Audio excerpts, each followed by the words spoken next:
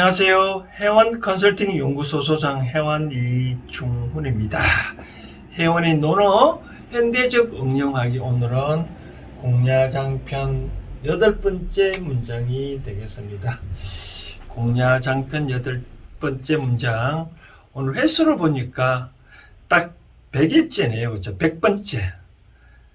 한 주에 하나 정도 하니까 100번째면 뭐 2년 정도 해왔네요.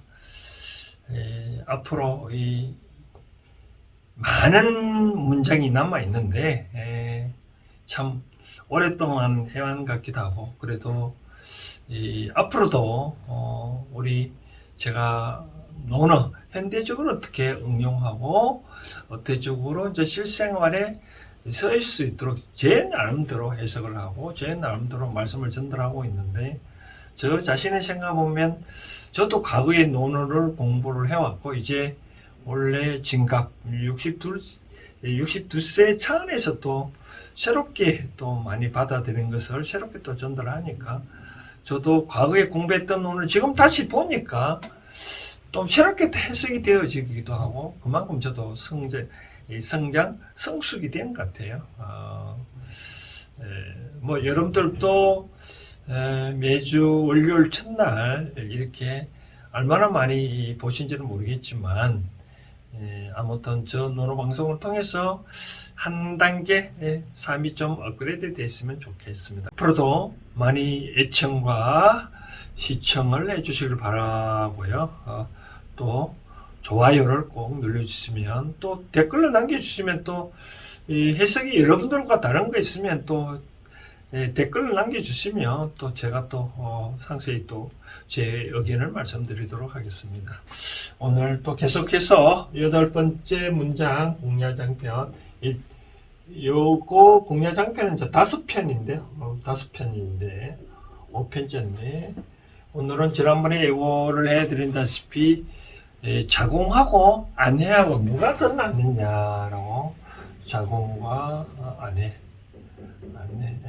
누가 더 낫냐라고 이제 평가하는데, 공자께서 자공한테 물어봤죠. 그렇죠? 야, 자위 자공이라. 공자께서 자공에 대해서 말했는데 뭐라고 말을 했냐면, 이렇게 이제 물었대요. 말을 했다. 여여회야라. 이랬던 계진여자는 이제 너여자와 같은 의미로 쓰여집니다. 그래서 너와 더불어 회는 숙유이라. 숙유라. 뭐 숙유이요 물어본 거죠. 이렇게. 그러니까 너와 더불어 너와 회는 누구 숙자, 누가 더 낫느냐. 유자는 누구보다 낫다 할 때, 또는 뭐 우리가 누구를 아픔에 쾌유를 빈다 하잖아요. 그렇죠? 낫기를 기원한다 라고 할 때, 그때 이 유자입니다. 그래서 너와 회는 누가 더 낫느냐라고 말하니까, 뚜이왈, 대왈, 사야는, 사는 아까 자공의 이름이죠. 그렇죠?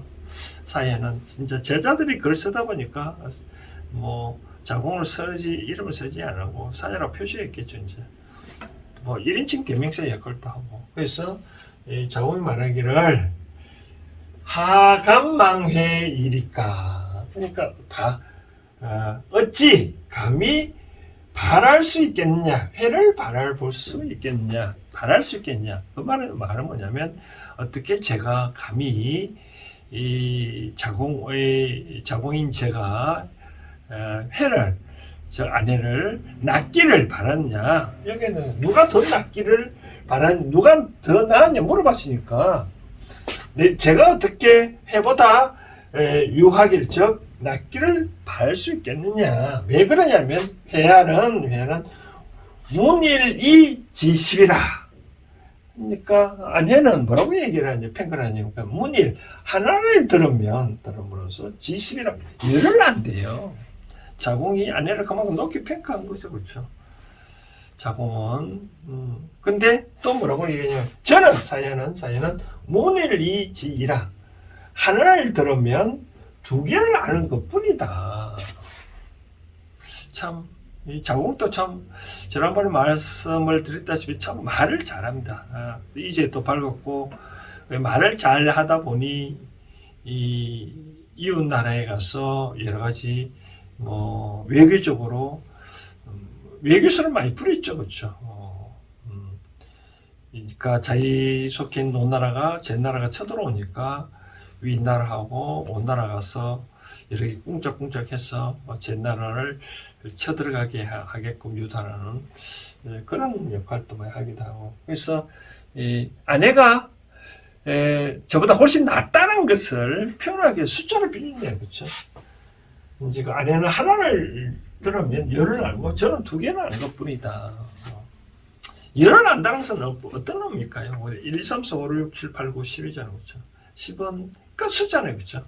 그러니까 하나를 가르쳐주면 모든 것들 통달한다, 깨달음의境界를 얻는다 그런 사람인데 저는 하나를 알면 그냥 그저 하나 더 안다 그뿐이에요. 그것도 지도 칭찬은 꼴이네요, 그렇죠? 뭐 하나를 가르쳐주면 하나만 아는 게 아니라 저도 뭐 하나 정도는 더 안다라고 얘기를 한 건데요. 참 말 참 잘하죠, 그렇죠? 그러자 자왈 공자께서 말했다. 불려야라. 불은 이게 뭐 이거 똑같습니다. 뭐 아니 불자 같지 아니하다. 그러니까 너가 아내와는 다르다라고 말한 거죠. 그러자 또 뭐냐? 오여여라. 나와 더불어 너도 너와 더불어 나도 불려야라. 아내보다는 낫지는 않다. 근데 여기서 진짜 해석은 좀 이상한데 요 여자를 여기처럼 더불어 여자라고 얘기를 하면 이게 이제 나도 너와 더불어 아내보다 못하다 그런 얘기를 한 건데요. 과연 스승이 이 공자가 위대한데 아내보다 제자보다 못하다 하면 좀 될까요? 그래서 이제 논어집주의 주인은 뭐라고 했냐면 이 여자를 뭐라고 했냐면 허락한다 뭐로 이런 얘기를 한대요. 다른 말로 인정을 한다. 너가 아내보다 못하다고 말을 하니 그래 네 말이 맞다 라고 얘기를 하는 것 같아요. 주인께서는. 한편은 또 아까 말한 대로 나도 아내보다 못하다고 얘기를 하는데 이런 대목이 있습니다. 공자가 이제 뭐라고 이제 아내한테 말하면 자숙하라는 의미가 있습니다.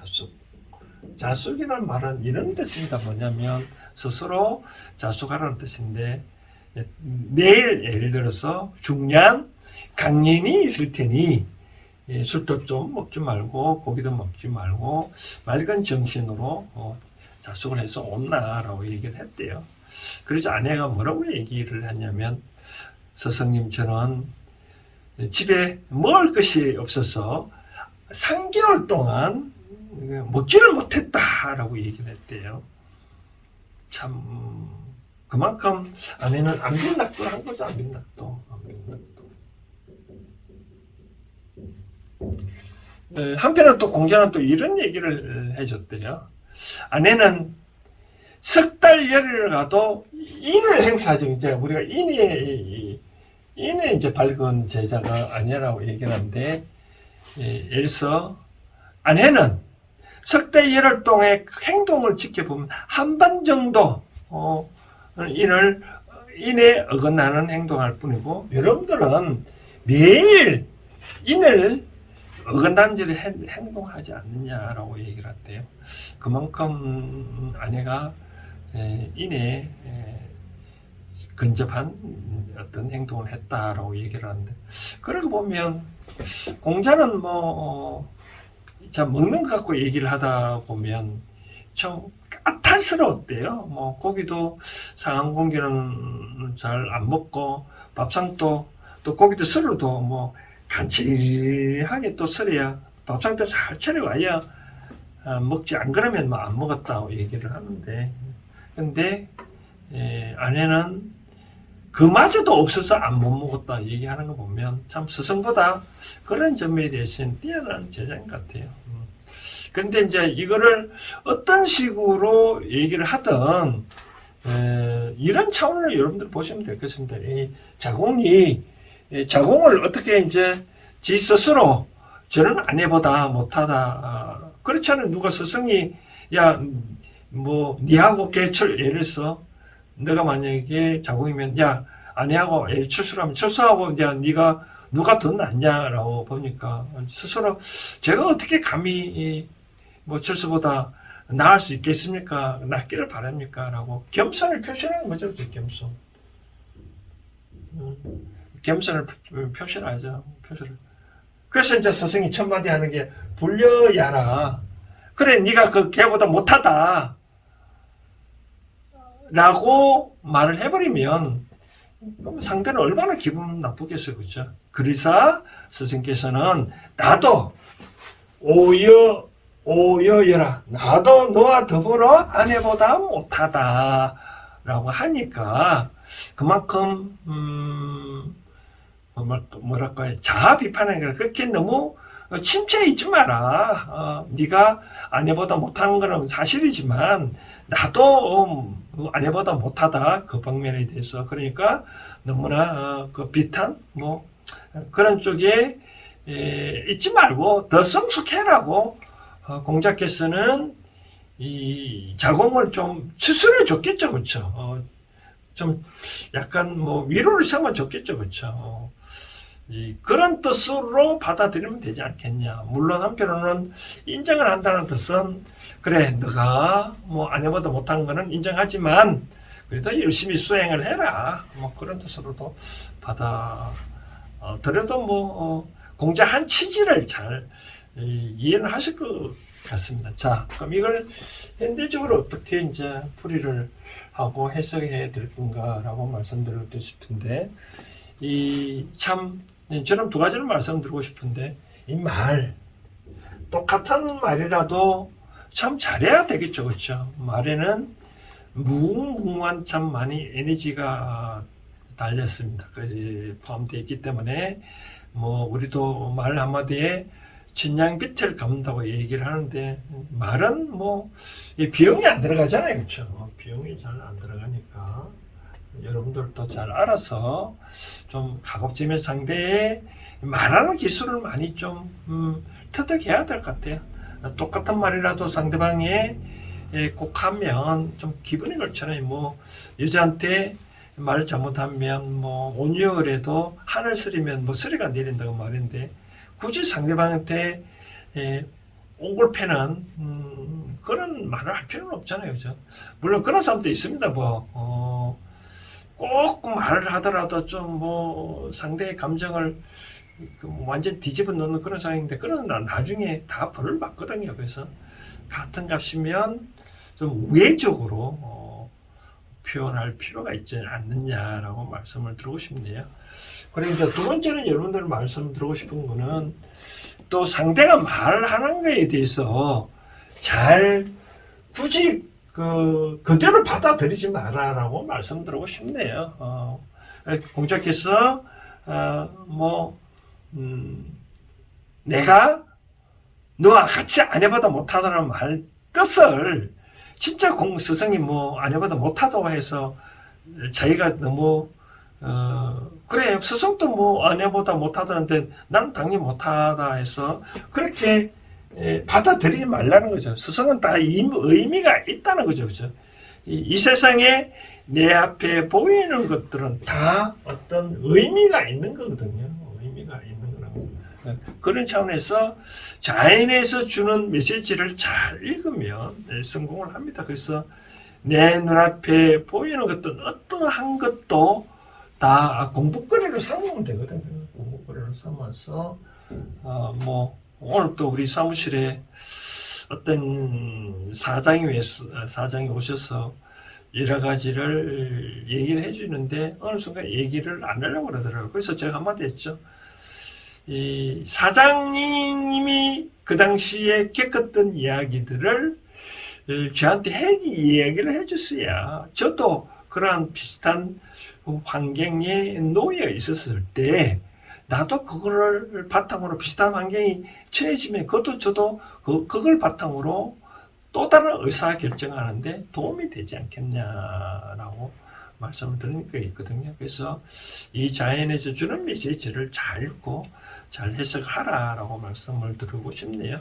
이 끝으로 이제 중요한 얘기인데 말씀드리고 싶은 거는 이와 같이 이 한편으로는 이걸 자궁을 왜 아내하고 비교를 잘 하고 있거든요. 왜 이렇게 했을까?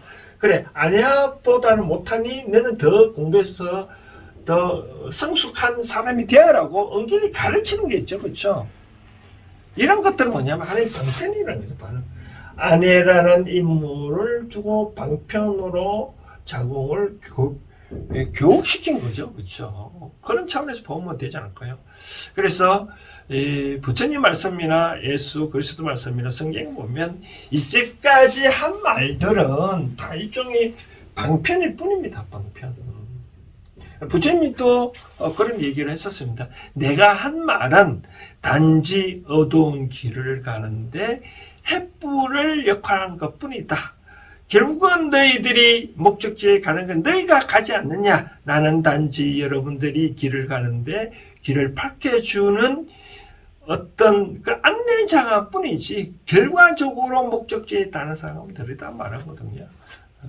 그래서 그렇기 때문에 우리가 절에 가는 거나 어떤 교회에 가더라도 그와 같이 장음을 하는 것은 일종의 방편이거든요. 그런 방편에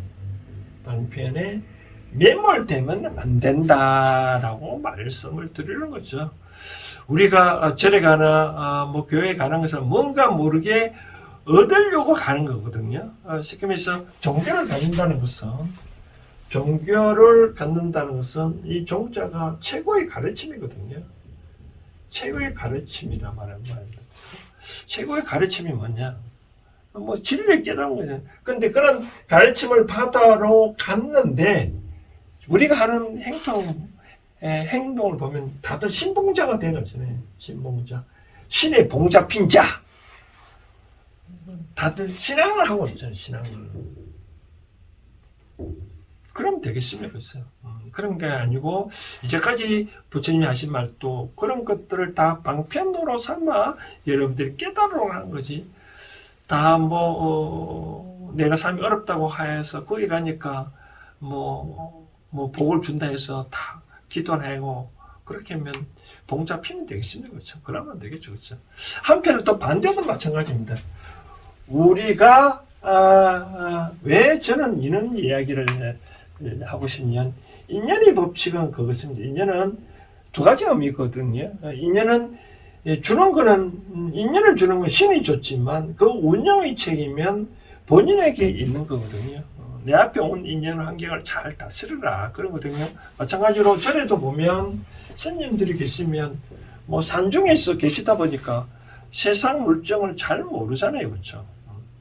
잘 모르니까 신도들이 온다는 뜻은 뭔가 모르게 세속의 그런 것들을 정보를 물정을 알게끔 하기 위해서 신도들이 찾아온단 말이죠. 그렇죠? 그럼 신도들과 잘 대화를 해가지고 신도들이 어떠한 고민들이 있는 거를 그런 것들을 잘 알고 파악해가지고 또 그만큼 나가 성숙할 수 있는 거거든요. 그렇죠? 그렇지 않냐고 단지 신도들 호주머니에 있는 돈만 빼앗으려고 어떻게 한다 그러면 오늘 우리가 뭐 절이나 교회들이 다들 어려운 이유가 바로 거기에 있지 않을까라고 생각되어지거든요. 어떻게 하면 중생들을 아픔을 알고 그 아픔을 어떻게 해결해 주려고 노력은 하지 않냐고 어떻게 하면 자기네들 어떤 절이나 교회에 성장만 하려고 했지 않았을까. 그러다 보니까 점점점 신도들이 줄지 않았을까. 과거에 보면 절들이 교회는 다 어렵죠. 그런데 오늘날 보면 절이나 교회는 많이 성장을 했잖아요. 그렇죠? 그런데 성장한 만큼 그에 대한 신도는 그만큼 성장했을까요? 그렇지는 않잖아요. 그렇죠? 그래서 저런 말씀을 드리고 싶습니다. 절에 운영하는 책임자나 신도들은 양아치 교회나 절은 하나의 일종의 방편이라는 것이죠. 나의 성장을 시켜주기 위한 방편으로 있는 것 뿐이지 거기에 내가 매몰되라고 가는 건 아니지 않느냐라고 말씀드리고 싶은 거죠. 그런 차원에서 결론적으로 말한다면 공자께서 여기에 여가 불려여라 이렇게 말한 취지를 자공은 알았거든요. 알았기 때문에 더 열심히 노래해서 이제 훌륭한 깨달은 경지에 올 수 있었거든요. 그렇습니다. 그래서 이 세상에 어떤 것들도 내한테 다 가르쳐 주기 위해서 내 앞에 보이는 것들을 다 공부거리로 삼아서 그걸 발판으로 한 단계 더 성장을 해야지 어떤 근거에 대해서도 하는 매몰되면 안 된다는 거죠. 쉽게 말해서 저는 그런 이야기를 하는데 우리가 직장을 간다고 얘기를 했었을 때 직장에 가면 과연 돈 벌기 위해 가는가요? 그러면 재미없잖아요. 직장에서 내가 한 단계 더 배우고 성장하기 위해서 직장도 하나의 학교거든요. 학교. 또 마찬가지로 내가 어떤 사무실을 낸다, 어떤 커피집을 한다. 그러면 이 커피집을 통해서 카페를 통해서 사람이 오잖아요. 그러면 이런 사람을 만나기 위한 방편으로 카페를 운영하고 식당을 한다는 것 뿐이거든요. 그렇죠? 단지 돈 벌기 위한다 그러면 얼마나 서글프겠습니까? 그러니까 내가 한 단계 성숙하게 해서 그런 대목에서 한 단계 더 배우기 위해서 방편으로 카페를 열었다, 사무실을 열었다, 업을 하게 된다, 회사를 가게 된다고 해야지. 그렇지 않요. 그걸 목적으로만 간다 그러면 서글프지 않겠냐라고 생각되어집니다. 그래서 공자장 8장은 이런 차원에서 공자가 왜 자공한테 이런 얘기를 했는지 공자는 그걸 자공은 그걸 알았기 때문에 성장했거든요. 마찬가지로 여러분들도 일상생활에서 나한테 보이는 것들에 대해서 열심히 한번 잘 살펴봐 보면 여러분들은 자공처럼 한 단계 성숙한 인간이 될 것임을 저는 확신하는 바입니다. 오늘은 이제 이 정도로 100번째라서 조금 길게 했는데 아무튼 공작하신 그 어록 노노 방송이 여러분들의 삶에 있어서 조금이나다 도움이 되었으면 바라겠습니다. 그래서 저도 그렇게 열심히 앞으로도 계속적으로 노노 전체 부분에서 끝날 때까지 중단됨이 없는 그런 방송을 할 것을 약속드립니다. 오늘 여기까지 하겠습니다. 감사합니다.